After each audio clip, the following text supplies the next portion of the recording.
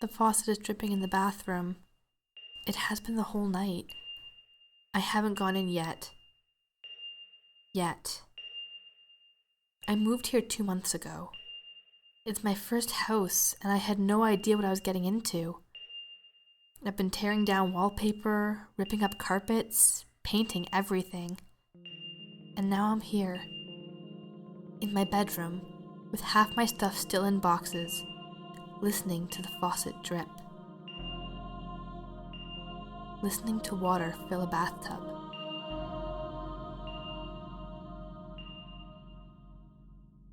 By the second weekend I was here, I already needed to mow. The yard looked like a jungle. When I started in the front, a guy came out of the house to the left. I waved and shut off the mower as he waddled over. We introduced ourselves. His name was Morris, and he was fleshy with a rubbery face. Sweat ran down his forehead as he smiled at me in the already humid, wet morning air. We made small talk for a few minutes, and then, as I got ready to take my leave of the conversation and start to mow the grass, Morris leaned into me and lowered his voice. So, what's it like in there? In where? My house? I asked. I looked back at it. Standard ranch, split level. Oh, you know, the usual. Needs a little TLC. Some painting. Why? Oh, I thought, He said, his voice froggy and low. I guess I thought it'd be a little more, you know. No, I don't. A little more what? I asked. Well, you know, with what happened in there. What do you mean, what happened? Did somebody die in here? I looked at my house. Oh my God, somebody died in my house? Nobody told you. Morris winced. Oh, sorry. What happened? The guy who lived there, he died. It was, He said the way people say om in meditation, repetitively, and with great belief that something will happen if he continues to repeat it. It was pretty bad, that's what I heard. At least, I didn't see. I'm glad I didn't. He was a nice guy. He looked at me and smiled. His teeth were yellow in the hot air. He was a good neighbor.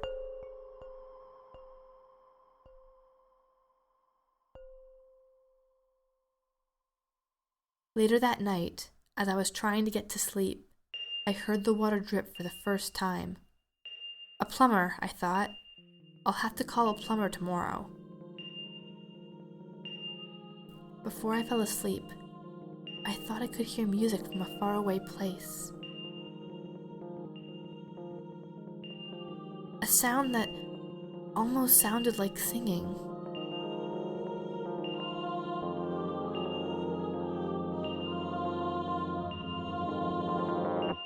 The doorbell rang the next day. It was Morris, slightly damp from the light rain that had been falling. He sat down in my kitchen and took a mug of coffee I offered him. I'm sorry to, just barge in on you. He said, blowing on the steam. The black surface of the drink rippled. It's okay. I'm not too busy today. I wanted to stop by and apologize for yesterday. I didn't tell you everything. Really? I said, sitting down across from him. Really? You see, the guy who used to live here, he used to talk to me sometimes about stuff he used to hear in here. He thought he was going crazy.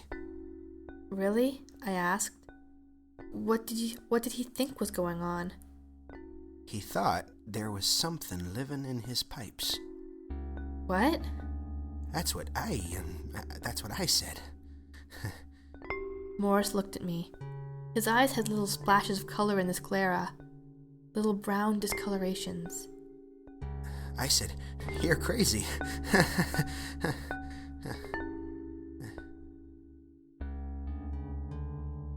After he left, I realized that it must have been raining harder than I had thought out there. His seat was all damp. Everything felt damp. The plumber came the next day. He couldn't get the dripping to stop. He explained he needed a part, and he could be back the next day.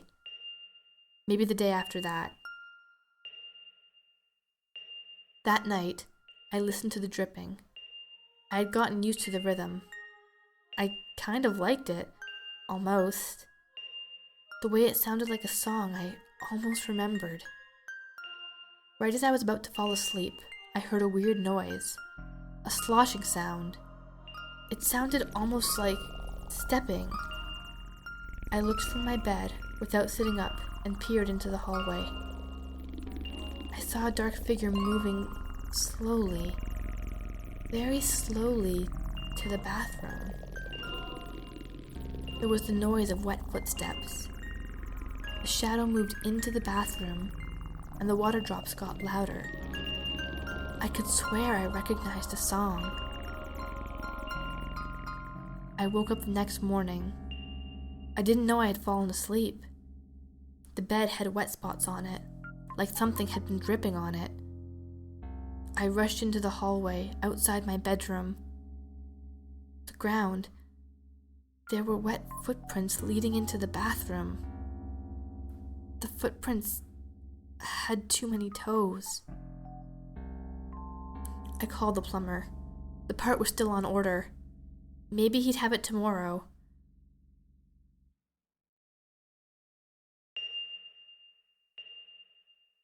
I know I needed to get out of this house. I emailed my real estate agent. I demanded she tell me everything she knew. She got back in touch in a few moments. She didn't know much. The guy who lived there before me had died. The house was willed to his sister. She was the one who sold it. My realtor sent me the email address she had for the dead man's sister. I emailed the sister immediately, begging her to tell me more. As I paced about, I stared out my window at Morris's house.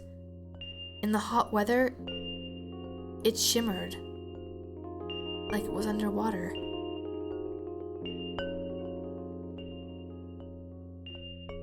The sister emailed me back in a little over an hour.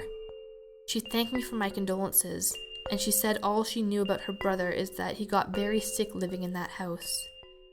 She said he seemed paranoid, worrying about his neighbor, telling her about things that lived in the sewer under the house. Things that had moved there from the ocean. They sang songs, he claimed. She said he had seen the drain was knotted with hair one day. He tried to clean it out. He said he pulled on the long black hairs, and then they were pulling him into the drain. They wrapped around his wrists, in between his fingers, dark and slippery, like ropes in fetid water. He let go, he told her, and they wrapped around his wrist and tried to suck him underwater, to pull him into the pipes, into their singing. She wrote he was very sick and just wished she could have helped him more. She wished me luck in my new house. I should have left. You would have, as you read this. That's what you tell yourself. I know. That's what I would say too, if I read this. But I've heard their songs, their incomparable drowned melodies. They want me to go to them. They want me to live with them in their strange, beautiful world of underground rivers and pale bodies and seaweed hair. Morris has been telling me all about it. He's helped others to go into their palaces. He'll help me too.